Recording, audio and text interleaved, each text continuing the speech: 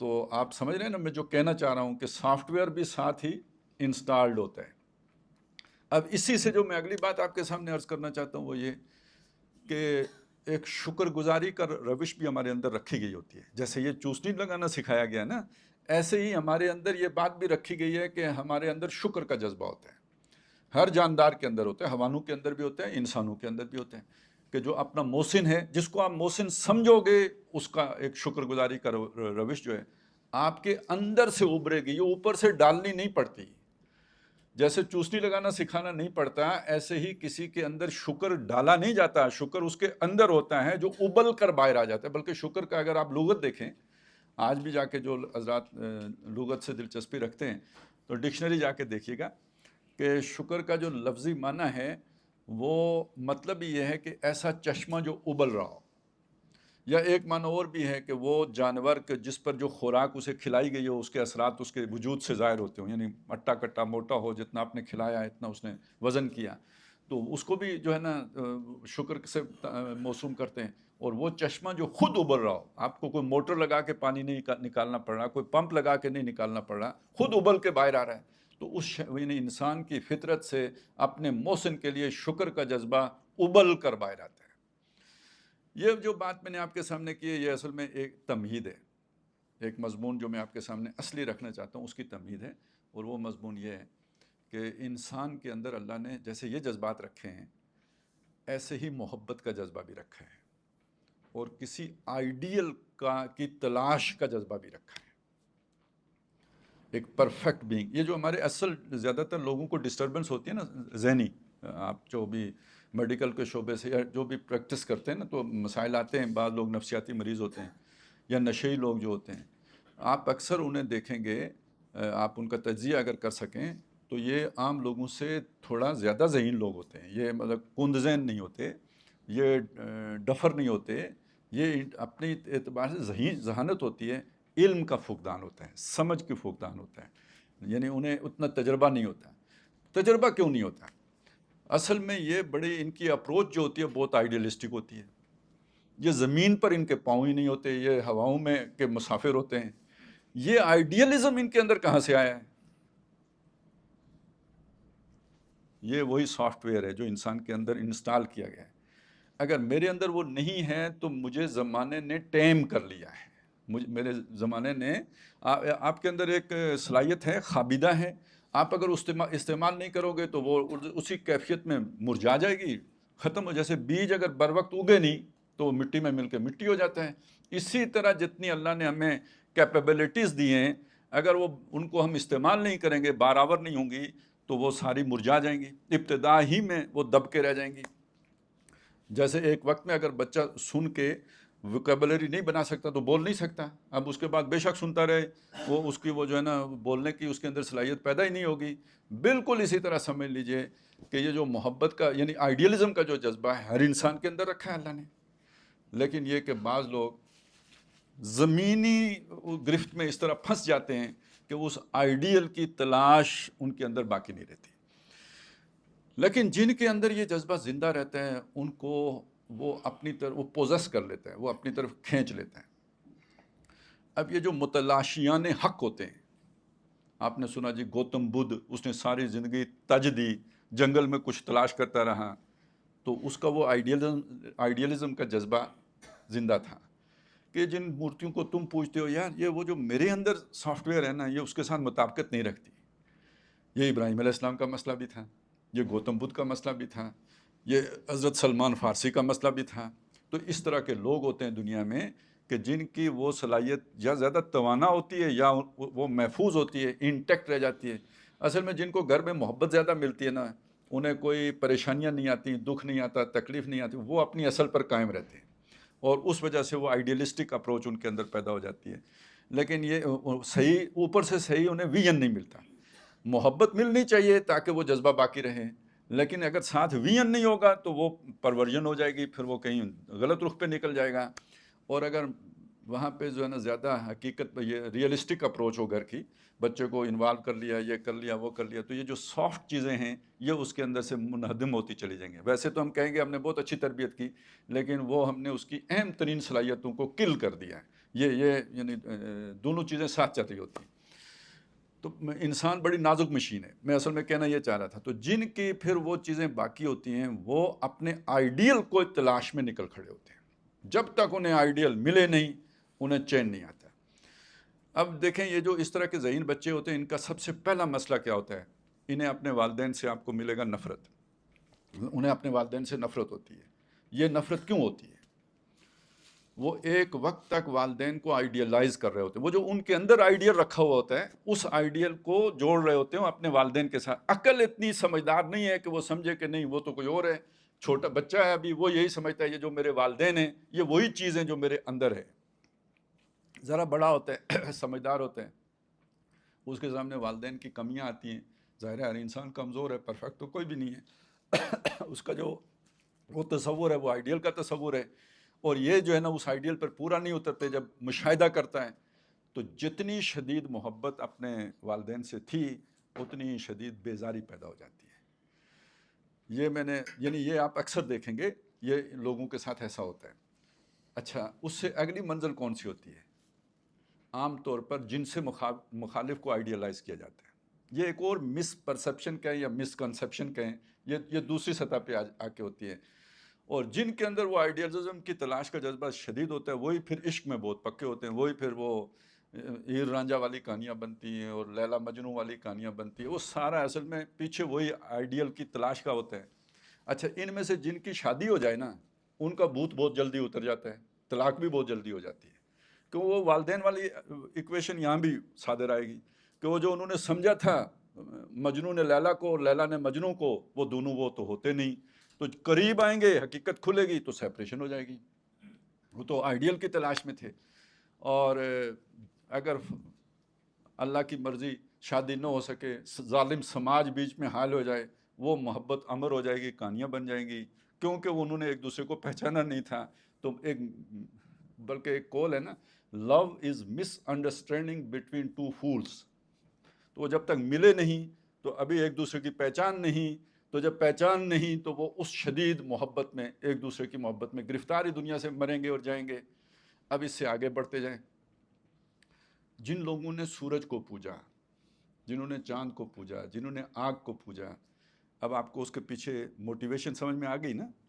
یہ اصل میں یہ چیز ہوتی ہے کہ جب آپ ارد گرد دیکھتے ہیں کہ اس معیار پر کوئی پورا نہیں اترتا تو ذرا جو سپر نیچرل ہے جس تک آپ نہیں پہنچ سکتے اس کو جوڑ دیتے ہیں اس اپنے آئیڈیل کے ساتھ, اور وہ سارا جذبہ جو اندر اس آئیڈیل کے لیے رکھا ہوا تھا وہ اس کے لیے ظاہر ہو جاتے ہیں. اب آپ کو سمجھ آئی وما قدر اللہ حق کا قدر ہی. اللہ کیا کہہ رہا ہے کہ تم نے اللہ کو نہیں پہچانا اس لیے کسی اور کو آئیڈیل بنایا ہے اور اس پر مر مٹے ہو اور اس پر سب کچھ لٹا رہے ہو اور کھپا رہے ہو. تو اگر تم اللہ کو پہچان لیتے تو یعنی تمہاری صلاحیت ایکچولی تو بالکل پرفیکٹ تھی. یہ عقل کی نقص ہے, عقل کی خامی ہے کہ وہ اس نے اس صلاحیت کو استعمال کسی غلط جگہ پہ کر لیا. پوٹینشل بہت بڑا تھا لیکن لگ بہت غلط جگہ پہ گیا اور اس سے وہ ساری خرابیاں پیدا ہوئیں. اب اس سے پیچھے ہے اصل میں کہ وہ شخص جو پہنچ گیا اللہ تعالیٰ تک, تو وہ جو اللہ نے اس کے اندر آئیڈیل ایک تصور رکھا تھا نا آئیڈیل کا, اس پر اگر کوئی ذات پوری اترتی ہے تو وہ صرف اللہ تبارک و تعالیٰ کی ذات ہے اور کوئی ذات اس پر پوری اترتی نہیں. یہ ہے وہ چیز جسے اللہ تعالیٰ نے خود بیان کیا ہے, والذین آمنوا اشد حبا للہ. جو لوگ ایمان لاتے ہیں وہ سب سے شدید محبت اللہ سے کرتے ہیں. اچھا, یہاں پہ ہم اس بات کو سمجھنے میں ہمیں ایک اور مغالطہ لائق ہو جاتے ہیں. ہم سب ایمان والے ہیں ماشاءاللہ, لیکن ہم ایمان لائے تو نہیں نا, ہمیں ایمان وراثت میں ملا ہے. یہاں بات جن لوگوں کی ہو رہی ہے وہ ان کی جنہوں نے یہ سفر طے کر کے اللہ تک پہنچے ہیں. جو اس سفر سے گزر کر اللہ تک پہنچا ہو وہ سب سے شدید محبت اللہ سے کرے گا.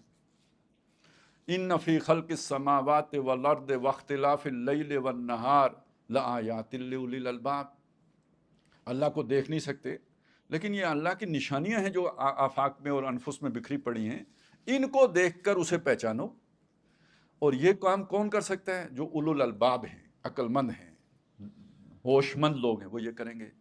اب جب یہ کریں گے انہیں اللہ کو تک پہنچ جائیں گے تو اس کے بعد کیا ہوگا؟ الذین یذکرون اللہ قیاما وقعودا وعلی جنوبہم، وہ لوگ جو اللہ کو یاد رکھتے ہیں، کھڑے بیٹھے لیٹے، ہر حال میں اللہ کو یاد رکھتے ہیں۔ یہ جو ہر حال میں اللہ کو یاد رکھنا ہے، اس کا تعلق محبت کے ساتھ ہے۔ محبوب دل میں ہوتا ہے، وہ ہر وقت یاد رہتا ہے۔ اس یاد کا مطلب ذکر لسانی نہیں ہے کہ آپ جو اللہ اللہ اللہ کرتے رہیں، سبحان اللہ کہتے رہیں، الحمدللہ کہتے ہیں۔ اس یاد کا مطلب ہے استحضار اللہ فی القلب، اللہ کو دل میں یاد رکھنا۔ اور دل میں یاد رکھنا جیسے جس سے آپ کو محبت ہوتی ہے وہ آپ ہر وقت آپ کے دل میں ہوتا ہے، وہ تو دل سے نکلتا ہی نہیں، ہر وقت موجود رہتے ہیں۔ اب لیلا کے دل سے مجنون کو کیسے نکلے گا، اور مجنون کے دل سے لیلا کیسے نکلے گی؟ تو جو بیوی بچے ہیں، آدمی ادھر ادھر جہاں کہیں ہوتا ہے فون کرتا رہتا ہے، پتہ کرتا رہتا ہے، یاد ہوتی ہے تو کرتا ہے نا۔ تو الذین یذکرون اللہ قیاما وقعودا وعلی جنوبہم، اس چیز کو جو یہ سورہ آل عمران ہے، تو سورہ بقرہ میں وہی بات یوں کہی، والذین آمنوا اشد حبا للہ، سب سے شدید محبت اللہ سے کرتے ہیں۔ تو جو لوگ اپنے اس سفر سے گزر کے اللہ تک پہنچتے ہیں، یعنی وہ اللہ کو پہچانتے ہیں، ان کی سب سے شدید محبت اللہ کے ساتھ ہوتی ہے۔ تو اب توحید کا دیکھیے ایک تقاضا تو یہ کہ اللہ کی پہچان، اور اللہ کی اس پہچان کا مطلب کیا ہے؟ سورہ اخلاص کی جو آیات میں نے آپ کے سامنے تلاوت کی ہیں، اس پہچان کا لب لباب، یعنی ایک پہلو کا لب لباب پیش کرتی ہیں، وہ ہے اللہ کی ذات۔ اس میں یعنی توحید ہے یہاں پہ فی الذات، توحید فی الذات وہ کیا ہے؟ پہلی بات یہ کہ احد ہے۔ احد کا کیا معنی ہم کرتے ہیں؟ اکیلا، یکتا۔ ویسے اگر کوئی ایک کرے اس کا ترجمہ تو اللہ ایک ہے۔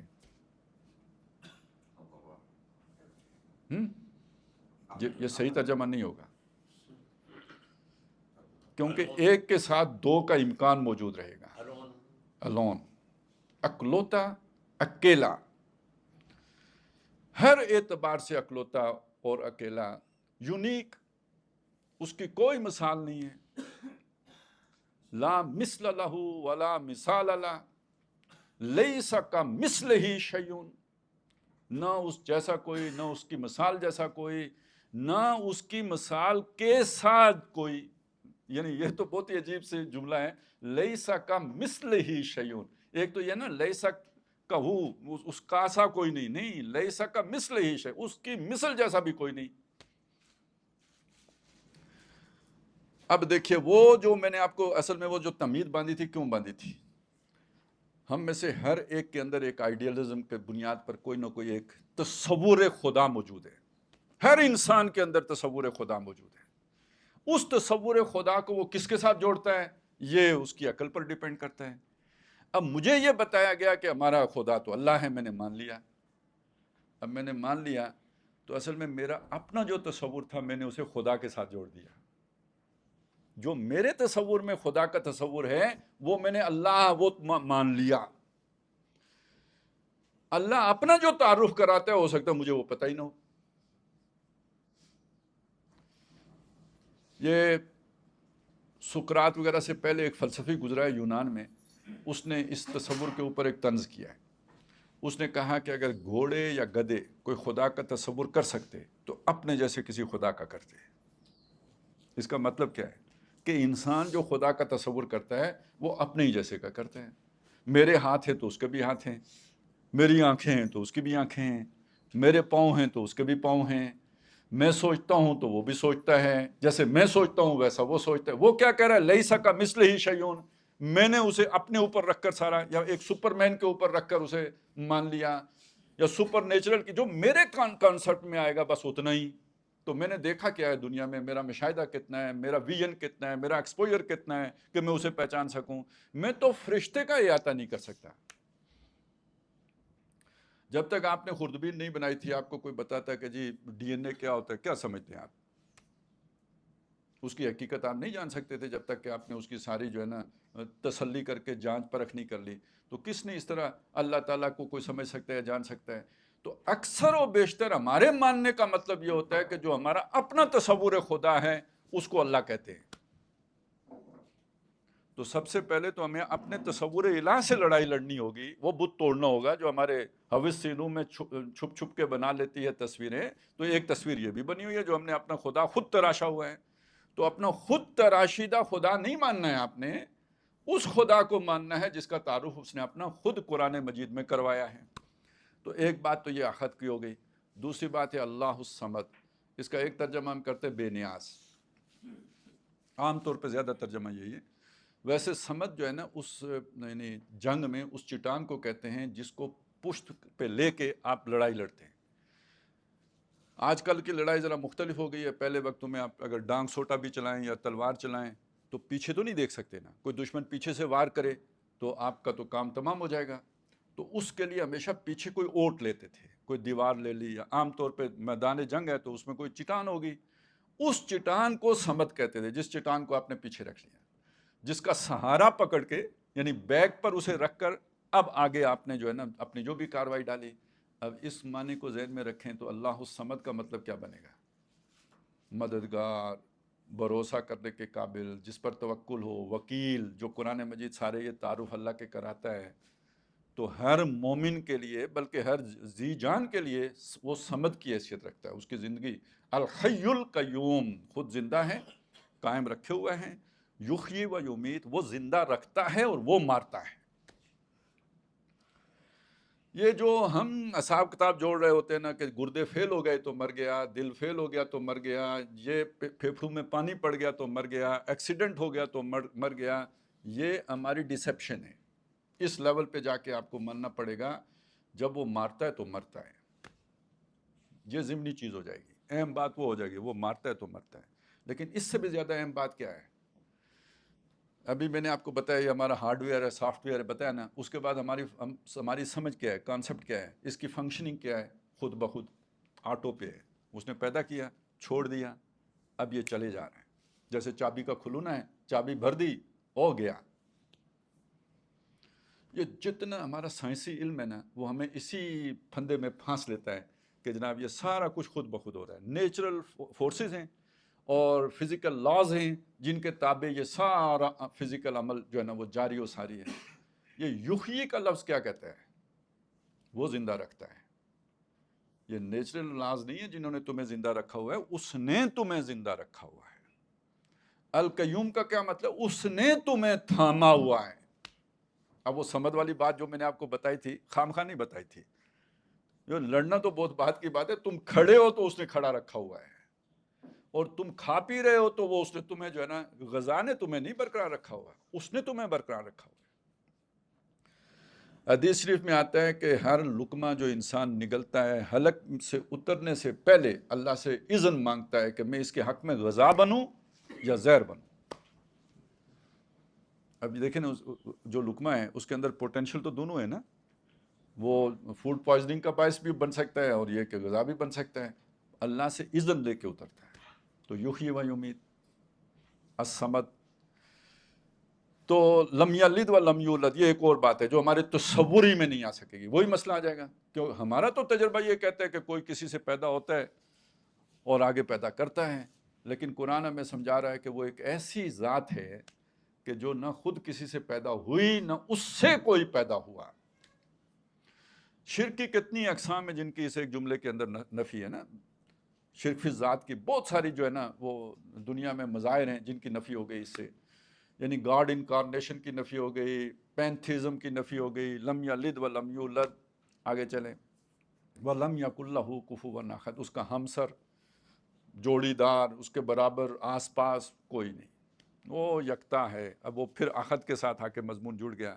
اس کی شان نرالی ہے. لَيْسَ كَمِثْلِهِ شَيْءٌ، اس کے برابر تو بہت دور کی بات ہے، اس کی مثال جیسا بھی کوئی نہیں ہے. یہ اللہ کی ذات کا تعارف ہے. اب آپ دیکھیں کہ اگر آپ نے اللہ کے ساتھ کسی کو بیٹا مانا تو وہ توحید میں پہ حرف آ جائے گا، کیونکہ وہ اس کی ذات کی ایکسٹینشن ہے. اس نے کسی کو جنا نہیں ہے، کوئی اس کا بیٹا نہیں ہے. بیٹیاں مانا، یہ شرک فی ذات کی صورت بن جائے گی. تو توحید کا تقاضا یہ ہے کہ اسے اس کے مقام بلند پر اس کی ذات کو برقرار رکھا جائے. خیر وہ جب شرک پہ آئیں گے تو اس پر میں مزید بات کر لوں گا. ابھی بس توحید کی حد تک رہتے ہیں. اب اس کے بعد یہ توحید فی ذات ہے. دوسرا آتا ہے توحید جو ہے نا وہ صفات، توحید فی صفات. توحید فی صفات کا تقاضا کیا ہے؟ یہ اصل میں اس کے لیے آیت الکرسی ہے. اللہ لا الہ الا ہو، اللہ وہ ہے جس کے سوا کوئی الہ نہیں.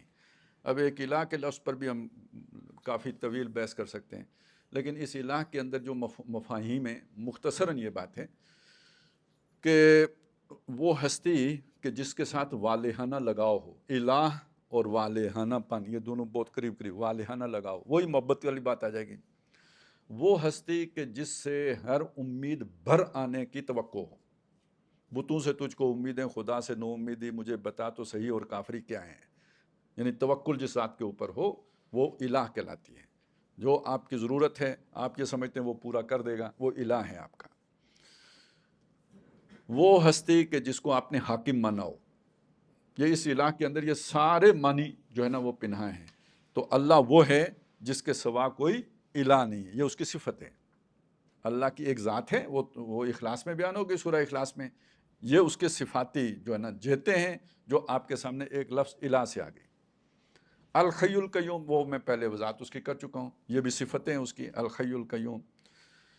لا تاخذہ سنۃ ولا نوم، یہ اس کے جو ہے نا کمی اور جو ہوتا ہے نا ذوف، اس سے بلند ہونے کی علامت ہے. یہ انسان کی کمزوری ہے کہ اسے ایک وقت گزرنے کے بعد اس کے جسم کو، اس کے ہارڈ ویئر کو نیند کی ضرورت ہوتی ہے، نہیں تو وہ کولیپس کر جائے گا. اس کو اس طرح کی نیند کی یا اونگ کی کوئی ضرورت نہیں ہے. لا تاخذہ، اسے نہیں پکڑتی نیند اور نہ ہی اونگ.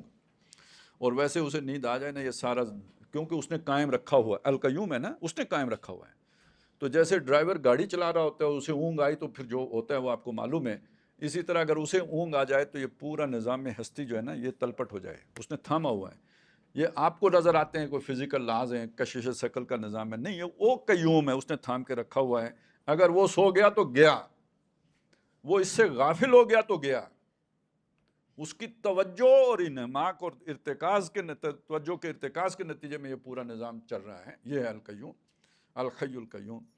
لا تاخذہ سنۃ ولا نوم لہ ما فی السماوات و ما فی الارض، جو کچھ آسمانوں میں ہے، جو کچھ زمین میں ہے، سب اسی کا ہے.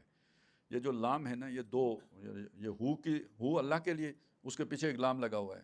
اس کے دو معنی ہوتے ہیں. اسے لام تملیک بھی کہتے ہیں، لام استحقاق بھی کہتے ہیں. تملیک کا معنی ہے ملکیت ظاہر کرتا ہے. میں نے جو ترجمہ کیا وہ ملکیت والا کیا کہ سب کا مالک کون ہے؟ جو آسمانوں اور زمین میں ہے سب کا مالک وہ ہے. مالک ہونے کا مطلب کسی اور کو پھر حق ملکیت حاصل نہیں ہے. تو جب میں یہ کہوں میرا جسم، یہ میں نہیں کہہ سکتا، یہ اللہ کا ملکیت اس کی ہے، میرے پاس امانت ہے، اس لیے خودکشی حرام ہے. میں کہوں میرا مال، یہ بات جائز نہیں ہوگی. مال کس کا ہے؟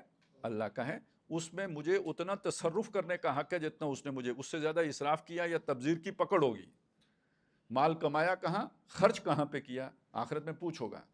تو کمانے کے ذرائع بھی جائز ہونے چاہیے اور خرچ کرنے کی بھی جسٹیفیکیشن دینی ہوگی کہ میں نے جائز ضرورت پر خرچ کیا تھا، اپنی بہت لازمی ضرورت کے اوپر خرچ کیا تھا، عیاشی میں اور اللہ میں. اللہ تیرا مال نہیں اڑایا تھا جو تو نے میرے پاس امانت رکھوایا تھا. تو میرے پاس جو ہے نا وہ ملکیت کا تصور نہیں ہے، امانت. توحید کا تقاضا یہ ہے میری امانت ہے، میرے پاس جو کچھ بھی ہے جس کے اوپر مجھے تصرف حاصل ہے وہ امانتاً ہے، اور یہ نہیں کہ میرا حق ملکیت ہے. ملکیت ہو تو پھر کوئی پوچھ نہیں سکتا کہ تم نے کیا کیا. میں اگر مالک ہوں اپنے گھر کا، میں بم سے اڑا دوں، کوئی کیوں پوچھے. اور میں اگر مالک ہوں اپنے مال کا تو میں جدھر مرضی بہا دوں، کوئی کیوں پوچھے. اور میں مالک ہوں اپنے جسم کا تو پھر میں خودکشی کر لوں، کوئی کیوں پوچھے. یہ پوچھنے کا مطلب یہ ہے کہ مالک وہ ہے. تو ایک تو یہ حق ملکیت، لام تملیک، اور دوسرا حق استحقاق. استحقاق کا مطلب یہ ہوتا ہے کہ یعنی اس کا حق بھی اسی کا ہے. کیوں بھئی حق اس کا کیوں ہے؟ اس لیے کہ وہ خالق ہے. یہ سب کچھ بنایا کس نے؟ اس نے بنایا. جب اس نے بنایا تو پھر یہ کہ وہ حق ملکیت بھی رکھتا ہے. تو ایک یہ کہ میں اس لیے بھی حق ملکیت نہیں رکھ سکتا کہ میں کسی شے کا خالق نہیں ہوں. میں نے جو کچھ بھی حاصل کیا ہے کسی سے پہلے موجود مادے سے اسے کنورٹ کیا ہے، جبکہ وہ ہے کہ جس نے اسے خلق کیا ہے. لہٰذا اس خلق کی وجہ سے اسی کے پاس حق ملکیت بھی ہے. تو استحقاق بھی اس کا ہے اور فی الواقع مالک بھی وہی ہے. لہو ما فی السماوات و ما فی الارض۔ اچھا اس میں غلط فہمی ہو جاتی ہے لوگوں کو، یہ میرا مال میری مرضی، جیسے میرا جسم میری مرضی، جیسے فرعون کو غلط فہمی ہو گئی میرا ملک میری مرضی، الیس لی ملک مصر، کیا میرے لیے مصر کی بادشاہی نہیں ہے؟ یہی تو مغالطے ہیں۔ اب توحید کا تقاضا یہ ہے، اللہ کو پہچانیں گے تو آپ سمجھ جائیں گے نہیں مالک تو وہ ہے، میں تو مالک نہیں ہوں۔ لہو ما فی السماوات و ما فی الارض۔ من ذا الذی یشفع عندہ الا باذنہ، کون ہے جو اس کے سامنے سفارش کرے بغیر اس کے اذن کے، اجازت کے؟ اب اصل میں ملکیت سے آگے حق کے حاکمیت، حق کے بادشاہی، اتھارٹی، وہ جو ایک جو ہوتا ہے نا جس کے ہاتھ میں اقتدار ہو تو اس کے آگے ظاہر ہے اس نے ہی کسی کو کوئی شے دینی ہے یا روکنی ہے۔ اب کوئی سفارش کرے کہ اسے دے دو تو وہ دے گا، سفارش کرے روک لو تو وہ روکے گا۔ تو کون ہے جس کو یہ یارہ ہو کہ اس کے سامنے سفارش کرے؟ من ذا الذی یشفع عندہ الا باذنہ، ہاں اس کی اجازت سے کر سکتا ہے۔ اپنے بل پر، اپنے استعداد پر، اپنے استحقاق پر، اپنی قابلیت پر، اپنی حیثیت پر کھڑے ہو کے کسی کے پاس یہ اختیار نہیں ہے کہ اس کے سامنے سفارش کرے۔ لیکن اگر وہ کسی کو اس کی اجازت دے کہ آپ سفارش کرو، میں آپ کو اجازت دیتا ہوں، تو اتھارٹی تو اسی کی رہی نا۔ تو من ذا الذی یشفع عندہ الا باذنہ یعلم ما بین ایدیہم وما خلفہم۔ اب یہ ایک اور بات آ گئی ہے یہاں پہ، اللہ ایک طرف تو اللہ کے علم، اس کی صفت کہ وہ جانتا ہے جو اس کے سامنے اور جو اس کے پیچھے ہے۔ ہم جانتے ہیں جو ہمارے سامنے ہے، جو ہمارے پیچھے ہے اسے نہیں جانتے۔ وہ جانتا ہے جو سامنے اور پیچھے ہے، اور یہاں اس سے مراد عالم الغیب والشہادہ، جو کچھ ظاہر ہے اس کو بھی جانتا ہے، جو کچھ تمہیں سے پوشیدہ اس سے کچھ نہیں پوشیدہ، جو کچھ تم سے غائب ہے اس کے لیے وہ بھی ظاہر ہے، وہ اس کو بھی جانتے ہیں۔ یعلم ما بین ایدیہم وما خلفہم، یہ اس کی ایک صفت ہو گئی۔ علیم بذات الصدور ہے، سینوں کے بیدوں سے واقف ہے۔ اب اس کا مطلب کیا ہے سینوں کے بید سے واقف ہونا؟ مطلب یہ ہے کہ جو میرے لیے بید ہے اللہ کے لیے بید نہیں ہے۔ میرے متعلق جو باتیں ہیں، جو آج ہمیں معلوم ہے کہ انسان کا ایک شعور ہے، ایک تحت الشعور ہے، ایک لا شعور ہے۔ اب لا شعور میں کیا کھچڑی پک رہی ہے مجھے نہیں پتہ۔ اب بعض اوقات انسان کسی عمل کے لیے موٹیویشن جو اسے ساری مل رہی ہوتی ہے لا شعور سے مل رہی ہوتی ہے، وہاں کوئی علیحدہ ہی جو ہے نا طوفان اٹھ رہے ہوتے ہیں۔ اب اس سے موٹیویٹ ہو کے اس نے کام کیا، بظاہر وہ کام ہو سکتا ہے ہمیں نیکی کا لگے یا بدی کا لگے، لیکن اس کے پیچھے جو ہے نا اصل قوت محرکہ کیا ہے وہ جانتا ہے۔ میں نہیں جانتا، کام میں کر رہا ہوں، میں اپنی موٹیویشن سے واقف نہیں ہوں، وہ میری موٹیویشن سے واقف ہے۔ علیم بذات الصدور کا مطلب یہ ہے یوم تبلی السرائر، جس دن وہ چھپی باتیں کھولی جائیں گی۔ بظاہر ایک آدمی نے نماز پڑھی ہوگی اللہ کو راضی کرنے کے لیے، وہاں کھلے گا نہیں، لوگوں کو دکھانے کے لیے کی تھی، تو اس کے اندر سے کچھ اور ہی جذبہ جو ہے نا وہ نکلے گا۔ تو یہ وہ چیزیں ہیں کہ جن کو وہ جانتا ہے۔ اب اس کو اس مضمون کے ساتھ کیا تعلق ہے جو شفاعت والا مضمون ہے؟ تو دنیا میں دیکھیں، پہلی بات یہ سمجھ لیں کہ اللہ کے ہاں کسی غلط سفارش کا کوئی تصور ہی نہیں ہے۔ وہ تو قرآن مجید نے کہا دنیا میں بھی جو غلط سفارش کرے گا آخرت میں اس کا حساب ہوگا۔ مطلب آپ کا بادشاہ تک رسائی ہے یا کسی بھی جو ہے نا کوئی اتھارٹی رکھنے والے آدمی تک آپ کی جو اٹھنا بیٹھنا ہے، ایکسس ہے، آپ نے کسی اپنے عزیز رشتہ دار کو کوئی نوکری دلوا دی، وہ اس کا اہل نہیں تھا، آخرت میں آپ جواب دیں گے اللہ کے سامنے کہ یہ کسی اہل کا تم نے حق مارا ہے۔ جس نے بری سفارش، سورہ نساء میں یہ پورا مضمون ہے، جس نے بری سفارش کی وہ اس سے محاسبہ ہوگا۔ ہاں آپ اچھی سفارش کریں گے اس کسی بڑے آدمی کے سامنے کہ یہ جو آپ کو بندہ چاہیے، یار میرے علم میں ایک آدمی ہے وہ بہت جو ہے نا اس کے لیے فٹسٹ بندہ ہے، تو اگر وہ بات ایسی ہی ہے تو اس کو آپ کا اجر ملے گا، ثواب ملے گا۔ اچھا یہ بات اس آدمی کے سامنے کہنے کی ضرورت کیوں پیش آئی؟ اس لیے کہ وہ اس آدمی کو نہیں جانتا جس کا آپ اس کے سامنے تعارف کروا رہے ہیں۔ تو میں نے کہا غلط سفارش تو آپ اللہ کے سامنے کر ہی نہیں سکتے، دنیا میں بھی آپ غلط سفارش کریں گے پکڑے جائیں گے، تو گویا اچھی سفارش کی دنیا میں بھی گنجائش ہے۔ اللہ تعالیٰ بھی آخرت میں انہی لوگوں کو سفارش کرنے کا اختیار دے گا جو اچھی سفارش کریں گے، کسی اہل کے حق میں کریں گے۔ لیکن اس کی وجہ دنیا میں اور ہے، اللہ کے ہاں اور ہے۔ دنیا میں سبب یہ ہوتا ہے کہ جس نے وہ اپوائنٹمنٹ کرنی ہوتی ہے وہ اس بندے سے واقف نہیں ہوتا، اس لیے آپ کی سفارش جو ہے نا اس کی ضرورت بھی ہوتی ہے، نہ کرنا بڑی غلط بات ہوگی۔ اللہ کا معاملہ یہ نہیں ہے، وہ تو جانتا ہے، اس آدمی کو خود بھی جانتا ہے جس کے بارے میں آپ سفارش کر رہے ہیں، تو پھر وہ سفارش کا اختیار کیوں دے گا؟ اس لیے دے گا تاکہ اس کے برگزیدہ بندوں کی عزت افزائی ہو، جنہوں نے زیادہ محنتیں کی ہیں، اللہ تعالیٰ ان کو ایک خاص مقام دینے کے لیے بخشنے والی ذات وہی ہے، وہی بخشے گا، لیکن اس کے ذریعے کے طور پر وہ کسی فرد کو عزت بھی دے گا کہ اس کے حق میں تم سفارش کرو تو میں اس کا یہ کام کر دوں. اس معنی میں سفارش ہے. الا باذن کا یہ مطلب ذہن میں رکھیں. یعلم ما بین ایدیہم وما خلفہم ولا یحیطون بشیء من علمہ، وہ یعنی جو سفارش کرنے والے ہیں یا لوگ، تمام مخلوق، اس کے علم میں سے کسی شے کا احاطہ نہیں کر سکتے، جتنا وہ بتا دیتا ہے. دیکھیں نا، اس نے ہمیں حواس خمسہ دے دیے، اور یہ ہمیں معلوم ہے کہ یہ کوئی جو ہے نا ہر شے دیکھنے والی آنکھ نہیں دی، ہر آواز سننے والا کان نہیں دیا. یہ بس محدود لمیٹڈ جو ہے نا وہ صلاحیتوں کے حامل یہ حواس دیے ہیں. اس سے ہمارا علم جو جتنا کچھ بنتا ہے وہ بنتا ہے. یا اس کے بعد اللہ نے اپنے نبیوں کے ذریعے سے جو ما ورائے حواس جو کچھ ہمیں علم دے دیا، کتابوں کی صورت میں، انبیاء کی تعلیمات کی صورت میں، اس سے آگے ہمیں تو کوئی علم حاصل نہیں. اور یہ سارا ہمارا علم کتنا ہے، یہ جتنا کچھ بھی ہمارے پاس ہے، ویسے تو اس کو جو ہے نا ہم نے جو فاصلے دیکھ لیے ہیں وہ پتہ نہیں نوری سالوں پر محیط ہیں. جو ہم اب آرٹیفیشل انٹیلیجنس کی ہمیں ضرورت اس لیے پڑی، ہمارا دماغ تو کہ بس کی بات ہی نہیں ہے جتنی انفارمیشن ہمارے پاس آ رہی ہے اسے پروسیس کرنا. اب وہ آرٹیفیشل انٹیلیجنس وہ سب پروسیس کرے گی. لیکن اس سب کے باوجود مخلوق کا علم سب جمع کر کے اللہ کے علم کے مقابلے میں ایسے ہی ہے جیسے سمندر کے اندر کسی نے سوئی چوبوک ڈال کے اسے نکالے تو اس کے ساتھ جتنا پانی لگتا ہے، اللہ کا علم وہ تو باقی مخلوق کا علم یہ. اب اس سے آپ اندازہ لگائیں گے، بلا یحیطون بشیء من علمہ الا بما شاء، مگر جتنا وہ چاہا اس نے، تو وہ جتنا چاہا میں نے آپ کو بتا دیا. ولا یعودہ حفظہما وہو العلی العظیم، اور یہ جو آسمان اور زمین ہیں ان کی حفاظت کرنا، القیوم کے ساتھ آ کے بات جڑ گئی نا، اس نے تھاما ہوا ہے، اس نے وسع کرسیہ السماوات والارض رہ گیا تھا. اب یہ دیکھیں یہاں کرسی کا مطلب کیا ہے. کرسی استعارہ ہے اقتدار کا. آپ کی کرسی، آپ کا اقتدار، یہ والی کرسی نہیں ہے، یہ وہ والی کرسی ہے. میری کرسی بہت مضبوط ہے. تو اب جب میری کرسی جو بہت مضبوط ہوتی ہے تو ظاہر ہے وہ اس سے مراد یہ جو ہے نا دو چار ٹانگوں والی کرسی نہیں ہوتی، میرا اقتدار بہت مضبوط ہے. تو اللہ کی کرسی، اس کا اقتدار وسع کرسیہ السماوات والارض، اس کا اقتدار وسیع ہے آسمانوں اور زمین پر. اب یہ وہ مضمون ہے جو دوسری جگہوں پہ آیا، للہ ملک السماوات والارض، اللہ کی بادشاہی ہے آسمانوں اور زمین میں. لہو ملک السماوات والارض، آسمانوں اور زمین میں اسی کی بادشاہی ہے. تبارک الذی بیدہ الملک، بابرکت ہے وہ ذات جس کے ہاتھ میں بادشاہی ہے. فسبحان الذی بیدہ ملکوت کل شیء، پاک ہے وہ ذات کے جس میں ہر شے کی بادشاہت جس کے ہاتھ میں ہے. تو یوں سمجھ لیجئے وہی مضمون ہے جس کو یہاں پر اس انداز میں بیان کیا، وسع کرسیہ السماوات والارض. اب بادشاہ کا کام ہوتا ہے حفاظت کرنا، رٹ آف دا گورنمنٹ ایک مسئلہ ہے، اور اپنی جو بھی رعایا ہے یا جو بھی مخلوقات ہے اس کو پروٹیکٹ کرنا، یہ بادشاہ کا کام ہے.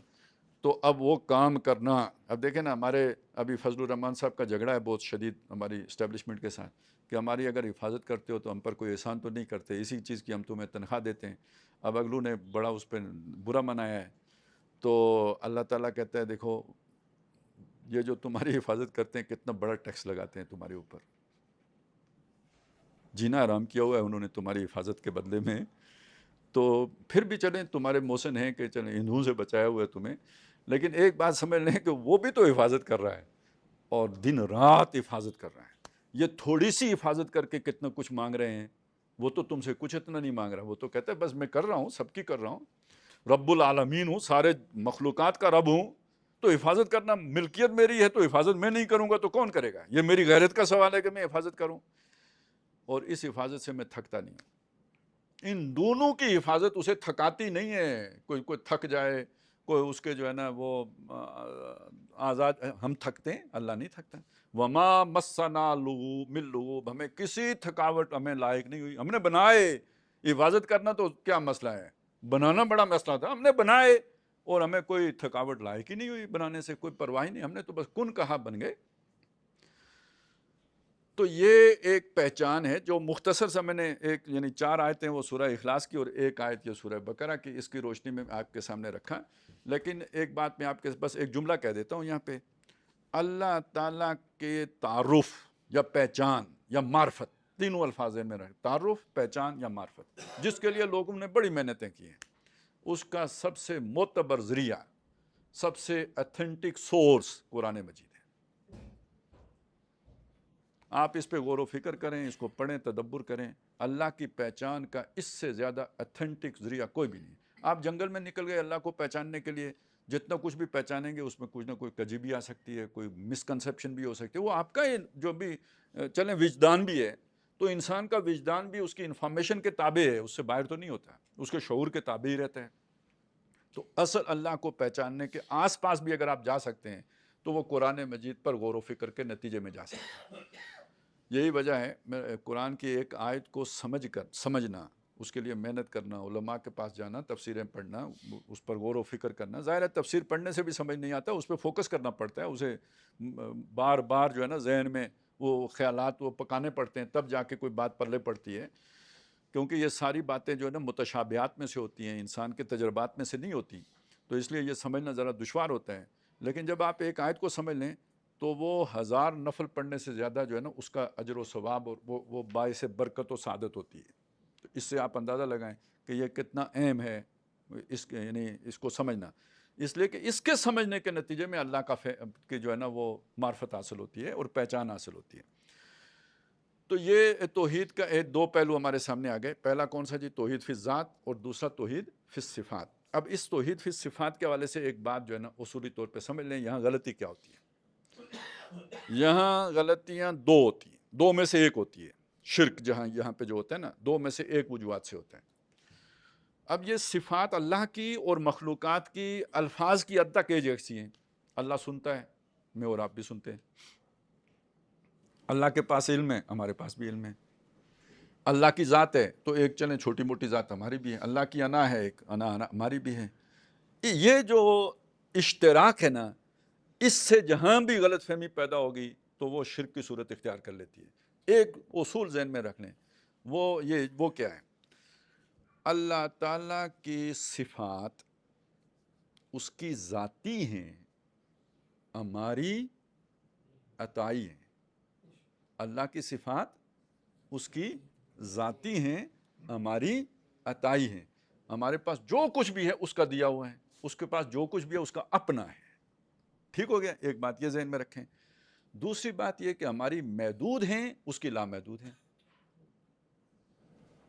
وہ میں نے آپ کو مثالیں دی، دیکھتے ہم بھی ہیں، دیکھتے اللہ بھی ہے، ہم کتنا کچھ دیکھتے ہیں اور اللہ کتنا دیکھتا ہے۔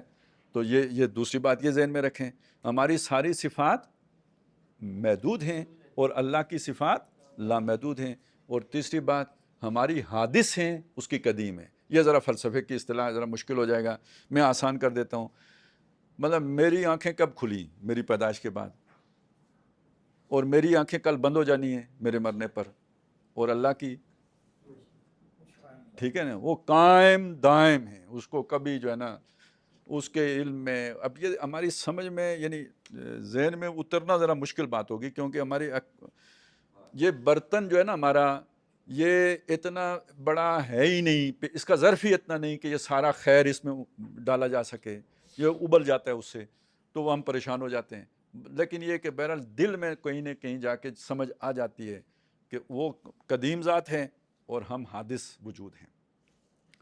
تین باتیں تو یہ ہو گئی، اور اب آ جائیں جو غلطی ہوتی ہے وہ کیا ہوتی ہے؟ غلطی یہ ہوتی ہے کہ مخلوق میں سے کسی کو اٹھا کر اسے اس کے مقام بلند پر جو اللہ کا مقام ہے، وہ مقام مخلوق میں سے کسی کو دے دیا جائے۔ یہاں سے شرک شروع ہو جاتی ہے۔ یا اللہ کو اس کے مقام بلند سے گرا کر مخلوق کی سطح پر لے آیا جائے۔ اللہ کھاتا پیتا ہے، مخلوق کی سطح پہ لائیں۔ اللہ کی اولاد ہے، مخلوق کی سطح پہ لائیں۔ اللہ نے کسی کے اندر جو ہے نا حلول کر لیا ہے، مخلوق کی سطح پہ لے آئے۔ اللہ تعالیٰ نے کسی جو ہے نا شکل میں اظہار کر لیا ہے، مخلوق کی سطح پہ لے آئے۔ اس کو اس کے مقام بلند پر برقرار رکھنا، اصل میں جو سبح یسبح ہے اس کا اصل مطلب یہی ہے۔ اسی لیے اسے معرفت کی عادی میزان قرار دیا گیا ہے۔ الحمدللہ اسے مکمل کر دیتا ہے۔ ایک اللہ کا شکر، ایک اللہ کو اس کے مقام بلند پر برقرار رکھنا، گرانا نہیں، مخلوق کی سطح پہ نہ لے آنا، یا مخلوق میں سے کسی کو اٹھا کر اللہ کی سطح تک نہ پہنچا دینا۔ کسی کے اندر الوہیت کو مان لینا یا وہ صفات مان لینا جو اللہ کی ہیں، یہ در حقیقت اسے اٹھا کر اللہ کے برابر کر دینا ہے. بس یہ غلط فہمی ہوتی ہے. تو اب ہم نے دو چیزیں سمجھ لی، ایک یہ ہے کہ توحید فی الذات اور دوسرا توحید فی الصفات. اب اس سے آگے آتے ہیں توحید فی الحقوق. اللہ کے کچھ حقوق بھی ہیں جو ادا کیے بغیر، اب یہ عملی تقاضے آ جائے. حق ادا کرنا ایک عملی تقاضا ہے. آپ کو بیوی سے محبت ہونی چاہیے، آپ کو بیوی کے جو ہے نا خیال رکھنا چاہیے، آپ یہ ساری باتیں نا یہ علمی فکری باتیں ہو گئیں. ایک بیوی کے حقوق ہیں، نان نفقے کا بندوبست کرنا، ایک اس کی جو ہے نا رکھوالی کرنا، اس کو سنبھالنا. یہ اب آپ کی یہ تو ایکٹیویٹیز ہیں نا، یہ اعمال ہیں. اب ہم گویا وہ اس سے اگلے مرحلے میں داخل ہو رہے ہیں، عمل کے میدان میں. تو عمل میں پھر جو سب سے پہلی بات آئے گی محبت، وہ آ چکا تھا نا، اس میں ہم سمجھ چکے کہ سب سے شدید محبت کس سے ہونی چاہیے، یہ اس کا حق ہے. اس محبت کا تقاضا کیا ہے کہ سارا شکر اس کے لیے ہونا چاہیے. محسن وہ ہے تو شکر اس کے لیے ہونا چاہیے. اور اس شکر کا تقاضا یہ ہے، دیکھیں اب شکر کا مطلب کیا ہوتا ہے. آپ نے جو ہے نا کوئی میرا کام کیا، بدلے میں آپ کا کام کر دوں، یہی ہوتا ہے نا. ویسے غالب نے تو کوئی الٹی بات کی ہوئی ہے، کسی نے اس کے پاؤں دابے تو اس نے کہا کہ بھائی ٹھیک ہے، آپ نے ہمارے پاؤں دابے، ہم نے آپ کے پیسے دابے. تو لیکن عام طور پہ ہے دنیا میں اصول کے حل جزاء الاحسان الا الاحسان. آپ کے ساتھ کسی نے احسان کیا، آپ بدلے میں احسان کریں، بلکہ اس سے بڑھ کر کریں. آپ کو کسی نے السلام علیکم کہا، آپ کہیں وعلیکم السلام ورحمۃ اللہ. اور کسی نے ورحمۃ اللہ تک کہا تو آپ وبرکاتہ تک جائیں. تو اصل میں تو آپ سے اس سے زیادہ ڈیمانڈ ہے. اب یہاں پہ مسئلہ آ گیا کہ بھئی اللہ نے ہم پر تو بے شمار احسانات کیے. وَإِن تَعُدُّوا نِعْمَتَ اللَّهِ لَا تُحْصُوهَا. اگر تم اللہ کی نعمتیں شمار کرنا چاہو تو شمار تک نہیں کر سکتے، اتنے احسانات ہیں اس کے تمہارے اوپر. اب بدلے میں ہم اس کے ساتھ کیا کر سکتے ہیں؟ اگر وہ سونا چاہے تو ہم اس کو جو ہے نا اس کی جگہ پہ ڈیوٹی دیں تو وہ سوتا ہی نہیں. بے نیاز ذات ہے وہ. الصمد کو بے نیاز والا معنی لے لیں، اس کو تو حاجت ہی نہیں ہماری کسی خدمت کی. وہ موسیٰ علیہ السلام کے دور والی حکایت اگر آپ کو یاد آ گئی ہو، کوئی سادہ سا بندہ بیٹھا ہوا تھا، اسے اللہ کی جو کچھ پہچان ہوئی، اب اس کے دل میں آیا اللہ کی خدمت کرنے کی، جیسے ماں باپ کی خدمت ہوتی ہے. تو کہتے ہیں اللہ تو میرے پاس ہو تو میں تیری جوئیں نکالوں، میں تیرے پاؤں دابوں، میں تجھے پانی پلاؤں، میں تجھے نہلاؤں. وہ جو اس کا تصور تھا وہ اب یہ کر رہا ہے. موسیٰ علیہ السلام کو غصہ آیا، بدتمیز آدمی تم گستاخیاں کر رہے ہو. تو اللہ تعالیٰ ناراض ہوئے گی، اس کی سمجھ ہی اتنی ہے. تو جو سمجھ ہے اس کے مطابق وہ ثنا پڑھ رہا ہے تو پڑھنے دو اسے. تو کہنے کا مقصد یہ ہے کہ اب جب بندہ یہ دیکھتا ہے کہ بھئی میں اللہ کی جو ہے نا وہ خدمت کیسے کروں، تو اللہ کو تو ہماری خدمت کی ضرورت ہی نہیں، وہ تو اس سے ماورا ہے. تو اب جو تقاضا ہے وہ ہے اللہ کا حکم ماننے کا، فرما بردار ہونے کا، اوبیڈینس کا. اور یہ جو تقاضا ہے نا یہ مطلق ہے. اللہ کا کوئی ایک حکم بھی توڑ دیا تو یہ تصور مرجا جائے گا. آپ نے مالک مانا ہے، اسے رب مانا ہے، خالق مانا ہے، اور اپنے آپ کو اس کا غلام قرار دیا ہے اس محبت کے جذبے کے. ایک غلامی وہ ہوتی ہے جو انگریز کی کرنی پڑتی ہے یا نوکری کسی کی کرنی پڑتی ہے مارے باندھے کی. یہاں محبت کے جذبے سے آپ نے اپنے آپ کو خود اس کی غلامی میں دے دیا ہے. تو غلام کی چوائس نہیں ہوتی، اسے ہر حکم ماننا ہوگا. اس کو قرآن کہتا ہے ادخلوا فی السلم کافہ، اسلام میں پورے کے پورے داخل ہو. اسے قرآن کہتا ہے کہ اللہ فاعبدوا اللہ مخلصین لہ الدین، اللہ کی بندگی کرو اپنی اطاعت کو اس کے لیے خالص کر کے. ملاوٹ والی اطاعت اللہ قبول نہیں کرتا. الا للہ الدین الخالص. یاد رکھو اللہ تعالیٰ صرف خالص اطاعت قبول کرتا ہے، ملاوٹ والی اطاعت اللہ قبول نہیں کرتا. جیسے آپ کو پتہ ہو دودھ ملاوٹ والا ہے تو آپ نہیں لیتے، کوئی چیز ملاوٹ والی ہو تو آپ نہیں لیتے. اللہ ملاوٹ والی اطاعت قبول نہیں کرتا. آدھا تیتر آدھا بٹیر اللہ کے ہاں نہیں چلتا. تم اللہ کو دھوکہ نہیں دے سکتے، یہ دھوکہ دینا ہے اللہ کو. 4 باتیں اللہ کی مان لی، 3 اپنی چلا لی. تو اس کا یہ مطلب ہے کہ اصل اتھارٹی آپ کے پاس ہے. اللہ کی 4 باتیں آپ نے وہ مانی جو آپ کے نفس نے اوکے کی ہیں، جو آپ کے نفس کو پر گران تھی، شاک تھی.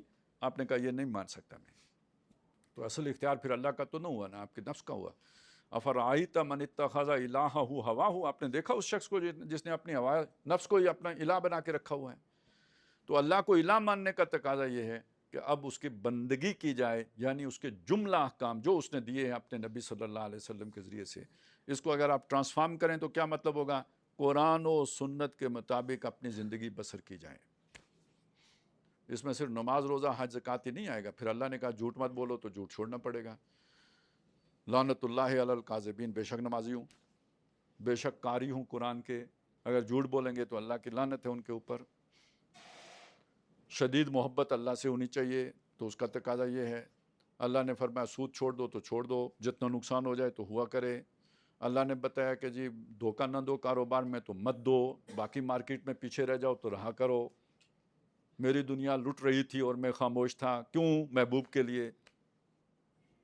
جس نے یہ کہا اس نے بھی تو محبوب کے لیے کہا. تمہارا بھی تو کوئی محبوب ہے. اس نے دنیا لٹا دی مجنون لیلا کے لیے، تم اپنے محبوب کے لیے کیوں نہیں لٹا سکتے؟ اس کے احکام مانو جتنا نقصان ہو جائے.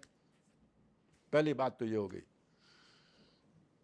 اور اگر یہ اس میں آدھا تیتر آدھا بٹیر والا معاملہ کیا جو یہودیوں نے کیا تھا، تو ان کو اللہ نے کیا سنایا؟ افتؤمنون ببعض الکتاب وتکفرون ببعض، کیا تم کتاب کے ایک حصے کو مانتے ہو اور دوسرے کا انکار کرتے ہو؟ فمن یفعل منکم ذلک، جو کوئی تم میں سے اس حرکت کا ارتکاب کرے، فما جزاؤ منکم من یفعل ذلک، جو تم میں سے یہ کرے اس کی کیا سزا ہے سوائے اس کے کہ دنیا میں اسے ذلیل کیا جائے. وَيُرَدُّونَ يَوْمَ الْقِيَامَةِ إِلَىٰ أَشَدِّ الْعَذَابِ، اور قیامت کے دن اسے سب سے شدید ترین عذاب میں ان لوگوں کو ڈالا جائے. اس کا مطلب یہ منافقت ہے. سورہ حج میں اس منافقت کو کھول کے بیان کیا گیا. وَمِنَ النَّاسِ مَن يَعْبُدُ اللَّهَ عَلَىٰ حَرْفٍ، لوگوں میں وہ ہیں جو اللہ کی عبادت کرتے ہیں مگر کنارے رہ کر کرتے ہیں، بیچ منجدار کے نہیں اترتے. کیا مطلب؟ خطرے میں نہیں آتے جاتے. جہاں آسانی ہوتی ہے وہ عمل مان لیتے ہیں، جہاں انہیں خطرہ لائق ہو، کوئی مفادات، کوئی آنچ آنے کا اندیشہ ہو، وہاں سے پیچھے مڑ جاتے ہیں، یو ٹرن لے لیتے ہیں. اگر انہیں مصیبت آ جائے تو مڑ جاتے ہیں واپس، اور اگر اطمینان رہے تو وہ حکم مان لیتے ہیں. یہ وہ منافق ہیں. تو یہ بات سمجھ لیجئے، آدھا کچھ احکام ماننا اور کچھ نہ ماننا ازرو قرآن اللہ کے ہاں نفاق میں شمار ہوتا ہے. اور سب سے شدید عذاب آخرت میں ہوگا بھی منافق کے اوپر. تو پہلی بات یہ ہو گئی، اس اللہ کے حقوق جو ہے توحید کا تقاضا، اللہ کے حقوق پورے کرنا، جس میں سے پہلی بات یہ ہے. دوسری کیا ہے؟ یہ بھی اللہ کا حق ہے، اللہ کی غیرت کا تقاضا ہے کہ جس کو تم نے رب مانا ہے، جو سب کا رب ہے، لوگ اس سے غافل ہیں، اسے بھولے ہوئے ہیں. لوگوں کو وہ رب یاد کرانا، رب کا پیغام ان تک پہنچانا، جسے ہم تبلیغ کہتے ہیں، جسے ہم دعوت کہتے ہیں، جسے ہم جو ہے نا وہ امر بالمعروف نہی عن المنکر کہتے ہیں. یہ سب ایک ہی بات ہے. اور اس کو میں بس جلدی سے نکلنا چاہوں گا اس سے، صرف ایک مثال دے کر، کہ ایک دفعہ نبی صلی اللہ علیہ وسلم نے بیان کیا کہ جبریل علیہ السلام نے مجھے یہ بات بیان کی ہے، یعنی حدیث قدسی ہے کہ اللہ تعالیٰ نے جبریل کو حکم دیا کہ فلاں فلاں بستی کو عذاب استیصال سے دوچار کر دو، ان کے رہنے والوں کے اوپر الٹ دو، سب کو تباہ و برباد کر دو. تو جبریل علیہ السلام نے اللہ کے سامنے یہ بات عرض کی. اب ظاہر ہے عرض کرنے کا مقصد یہ کہ انہیں اشکال ہوا، تو وہ اشکال اللہ کے سامنے رکھا اپنی تسلی کے لیے، تاکہ جواب ملے، تاکہ مشکل جو ہے وہ حل ہو. اشکال یہ تھا کہ اللہ وہاں ان بستیوں میں سے ایک بستی ہے جس میں تیرا ایک ایسا بندہ بھی مقیم ہے جس نے اپنی پوری زندگی کبھی آنکھ جھپکنے کی دیر برابر بھی کوئی گناہ کا کام نہیں کیا ہے. دیکھیے یہ جملہ کون بول رہا ہے؟ صحابہ کے سامنے محمد الرسول اللہ بول رہے ہیں صلی اللہ علیہ وسلم. وَهُوَ الصادق المصدوق، وہ سچے انسان ہیں، مبالغہ آرائی نہیں کرتے، خود حضور نہیں کرتے. وہ کیا بتا رہے ہیں؟ مجھے کس نے بتایا؟ جبریل نے بتایا. اور جبریل نے یہ بات کس کے سامنے رکھی؟ اللہ کے سامنے. اللہ کے سامنے کوئی جھوٹ بول سکتا ہے، کوئی مبالغہ کر سکتا ہے، کوئی غلط بیانی کر سکتا ہے؟ یہ اس کو ذہن میں رکھیں. میں کیوں کہہ رہا ہوں؟ آپ اس آدمی کا تصور کریں، انسان ہے، خطا کار ہے، بڑے سے بڑے نیک آدمی سے غلطی ہو سکتی ہے. یہاں جبریل گواہی دے رہے ہیں اس آدمی نے ساری زندگی، اور پلک جھپکنے میں دیر کتنی لگتی، اتنی دیر بھی گناہ کا کام نہیں کیا ہے. وہ جو میں نے پہلا تقاضا آپ کے سامنے رکھا تھا، اس تقاضے کی اس سے زیادہ پرفیکٹ مثال کوئی ہو سکتی ہے؟ پہلا تقاضا کیا تھا حقوق میں؟ اللہ کا بندہ بننا. اللہ کا بندہ ہونے کی اس سے بڑی مثال اور کیا ہوگی کہ جس نے پوری زندگی آنکھ جھپکنے کی دیر کے برابر بھی اللہ کی نافرمانی نہ کی ہو، اس سے بڑا اللہ کا بندہ کون ہے؟ اور جبریل علیہ السلام کو مسئلہ پیش آ رہا ہے کہ وہ وہاں پہ ہے، پھر بھی بستی الٹی جائے، تو اللہ نے جواب دیا کہ اس بستی کو اس پر بھی الٹو، یعنی اس کا ذکر پہلے کیا، اور باقیوں پر بھی الٹو، اور پھر وجہ بتائی، اس کا چہرہ کبھی میری غیرت میں متغیر نہیں ہوا۔ کیا مطلب؟ اللہ کے احکام، یہ اللہ کو ماننے والا، اللہ کو حاکم بادشاہ ماننے والا، اس حاکم اور بادشاہ کے احکام کو لوگ پاؤں تلے روند رہے اور یہ تماشا دیکھتا رہا، یہ اللہ ہو اللہ ہو اللہ ہو کرتا رہا، اور اس نے اللہ کی غیرت نہیں کھائی۔ اب آپ دیکھیں دنیا میں، ہمارے یہاں بھی، ہر ملک میں جو ریاست کے قوانین ہوتے ہیں، اس کی اگر خلاف ورزی ہو، آپ روک سکتے ہو، نہ روکیں، اگر یہ ثابت ہو جائے تو آپ مجرم شمار ہوں گے۔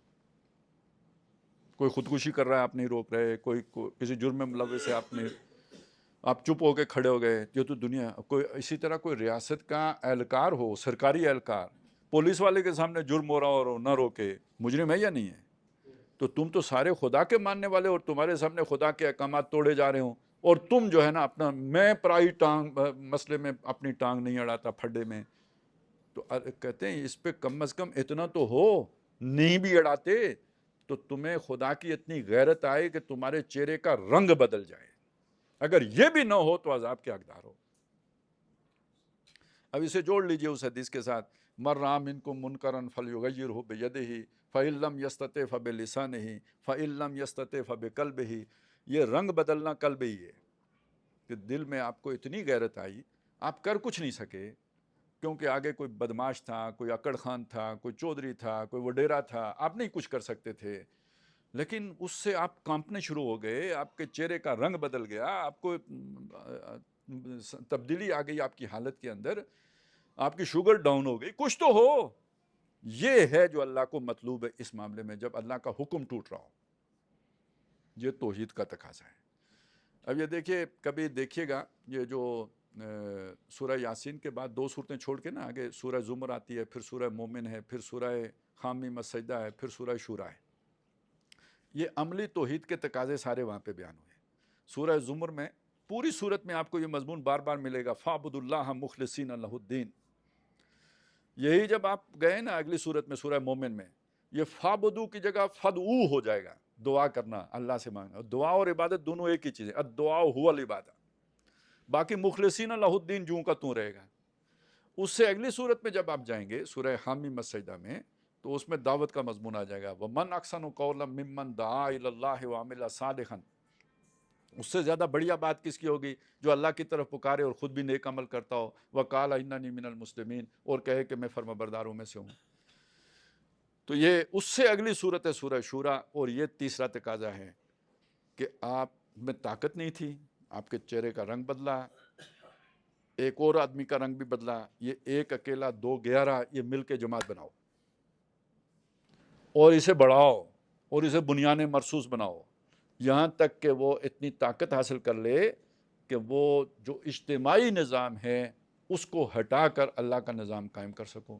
شرع لکم من الدین ما وصی بہ نوحا والذی اوحینا الیک وما وصینا بہ ابراہیم وموسیٰ وعیسیٰ ان اقیموا الدین، کہ دین کو قائم کرو، اپنے اوپر بھی کرو اور اپنے پورے معاشرے کے اوپر بھی کرو۔ یہ تیسرا تقاضا ہے۔ اب سورہ مدثر بالکل ابتدائی آیت ہے، نبی صلی اللہ علیہ وسلم خود اللہ، وہ پہلے تقاضے سارے پورے کر چکے، عقیدے کی توحید بھی پوری ہو گئی، اپنی انفرادی سطح پر بھی حق ادا کر چکے۔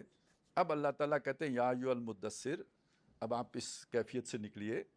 اب یوں سمجھے نا اللہ سے لو لگی ہوئی ہے، یذکرون اللہ قیاما وقعودا وعلی جنوبہم کی کیفیت ہے، دل ڈھونڈتا ہے وہی فرصت کے رات دن بیٹھے رہیں یوں ہی تصور جانا کیے ہوئے، اور ہر تمنا دل سے رخصت ہو گئی، اب تو آجا، اب تو خلوت ہو گئی، تو کہا نہیں، اٹھیے، خلوت نہیں چاہیے، اٹھیے، آپ نکلیے اس کیفیت سے۔ فَأَنذِرْ، لوگوں کو خبردار کیجیے۔ یہ جو آپ اللہ سے لو لگاتے ہیں نا، یہ بہت لذت والی چیز ہے، دو عالم سے کرتی ہے بیگانہ دل کو، عجب چیز ہے لذت آشنائی۔ تو یہ جو لذت آشنائی ہے، اس میں جو مزہ آتا ہے، یہ تو دنیا کا ہر مزہ اس میں جو ہے نا وہ کافور ہو جاتا ہے۔ تو اب آپ بے شک اس لذت کو چھوڑیں۔ جیسے آپ معراج پہ جا کے تو واپس آئے نا. اسی طرح اس کیفیت سے نکلیے اور یہ جو غلط قسم کے لوگ ہیں ان کے پاس جائیے. دیکھیں آپ کسی برے آدمی کے ساتھ بات کرنا پسند نہیں کرتے, وہ تکدر ہو جاتا ہے نا, مطلب آپ اس کی باتیں سن کے آپ پریشان ہی ہو جائیں گے تو آپ اوائڈ کرتے ہیں. نہیں, آپ نے جانا ہے, آپ نے جا کے لوگوں کو خبردار کرنا ہے, اس عذاب سے ڈرانا ہے. فانذر, اور اگلا کلام کیا ہے, وَرَبَّكَ فَكَبِّرْ, اور اپنے رب کو بڑا کرنا ہے. تکبیر, رب کو بڑا کرنا, اس کی اتھارٹی کو منوانا, اس کی بادشاہی جیسے آسمانوں میں پوری ہوتی ہے ایسی زمین کے اوپر بھی پوری ہو. یہ بھی مقصد ہے آپ کے مشن کا. یہ کیجئے, اسی کے لیے آپ کو بھیجا ہے. وَالَّذِي أَرْسَلَ رَسُولَهُ بِالْهُدَىٰ وَدِينِ الْحَقِّ لِيُظْهِرَهُ عَلَى الدِّينِ كُلِّهِ, اور یہ تمام مسلمانوں کا بھی ہے. فَلْيَعْلَمَ اللَّهُ مَن يَنصُرُهُ وَرُسُلَهُ بِالْغَيْبِ, تاکہ اللہ دیکھے کون لوہے کی طاقت کو ہاتھ میں لے کر اللہ اور اس کے رسول کی مدد کرتا ہے انہیں دیکھے بغیر.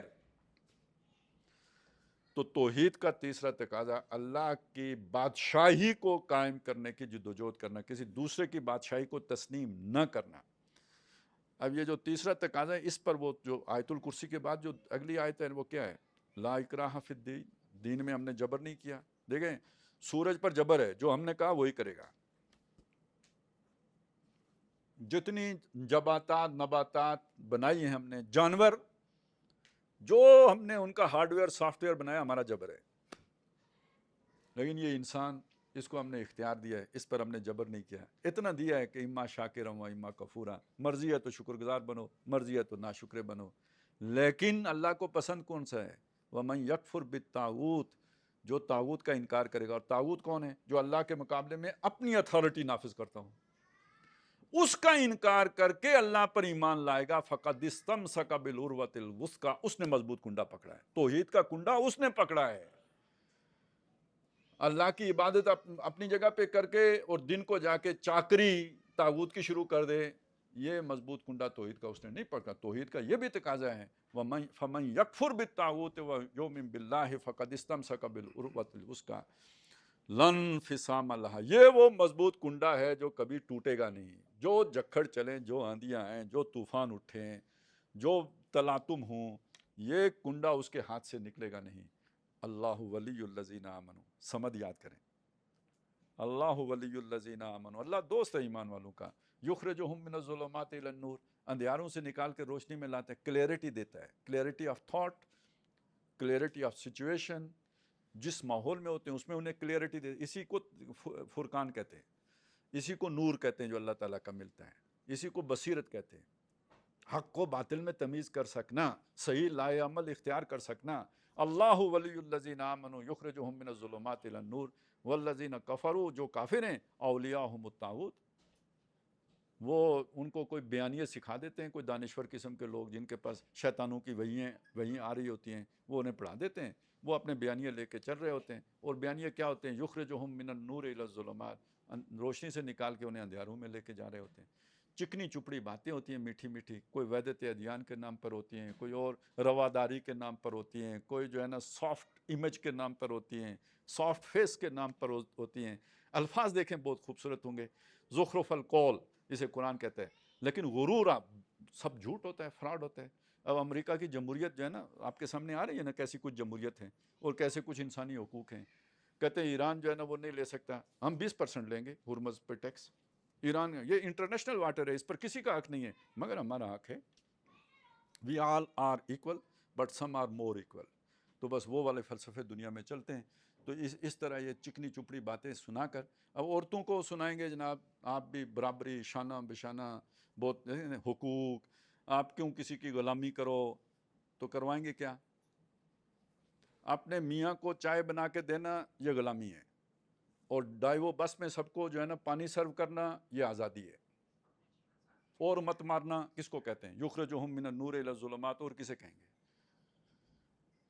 گھر میں بکری رکھ کر جو ہے نا اکنامکس میں حصہ لینا وہ غلامی ہے. اور 7,000 کی تنخواہ پہ جا کے اسکول میں کسی آدمی کو اور غیر آدمی کو یس سر بولنا, اور جو ہے نا وہ 7,000 بھی پھر اپنے میک اپ پہ سارے کرائے پہ خرچ کر دینا, یہ آزادی ہے. یہ ہوتا ہے یخرجہم من النور الی الظلمات. یہ سب کے ساتھ ہوتا ہے. ہر ایک کی اپنی اپنی وہ جو ہے نا کوئی نہ کوئی اس طرح کی جو ہے نا وہ لج پال قسم کی چیزیں پیش کر کے لوگوں کو گمراہ کرتے ہیں.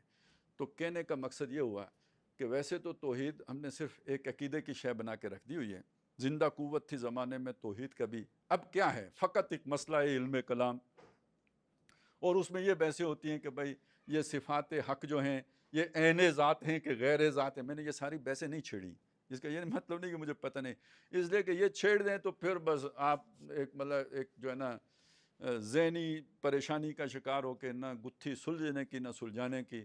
جنہوں نے سلجھائی بھی انہوں نے کیا سلجھائی، انہوں نے کہا نہ عین ذات نہ غیر ذات، تو کیا سلجھی پھر، کچھ نہ سلجھی۔ تو اصل میں یہ متشابہات ہیں، اس دنیا میں رہتے ہوئے ہم یہ سمجھ ہی نہیں سکتے، ہم سے ماورا ہیں یہ چیزیں۔ ایک حد تک بعض لوگوں کے سمجھنے کی ہیں جو ٹیکنیکل لوگ ہیں، لیکن عام آدمی کی یہ چیزیں نہیں ہیں۔ جب آپ خاصاں دی گل عامہ آگے مناسب نہیں کرنی، میں دوسرے والا حصہ نہیں پڑھ رہا، بس اتنا ہی کافی ہے۔ اور وہ ایک اور شعر بھی ہے کہ ککر تے انگور چڑھایا ہر گچھا زخمایا، تو ہر بات ہر محفل میں کرنے کی نہیں ہوتی، وہ ایک خاص حد تک ہے۔ عام حد تک جتنی کرنے کی ضرورت تھی، میرا خیال ہے کہ میں نے کوشش کی ہے، اللہ تعالیٰ نے جو بھی اس میں برکت ڈالی، میں اپنی بات آپ تک پہنچا پایا ہوں۔ آئندہ جو نشست ہوگی انشاءاللہ تعالیٰ اس میں ہم شرک پر گفتگو کریں گے اور اس کی اقسام پر کریں گے۔ اقول قولی ھذا واستغفر اللہ لی ولکم ولسائر المسلمین والمسلمات۔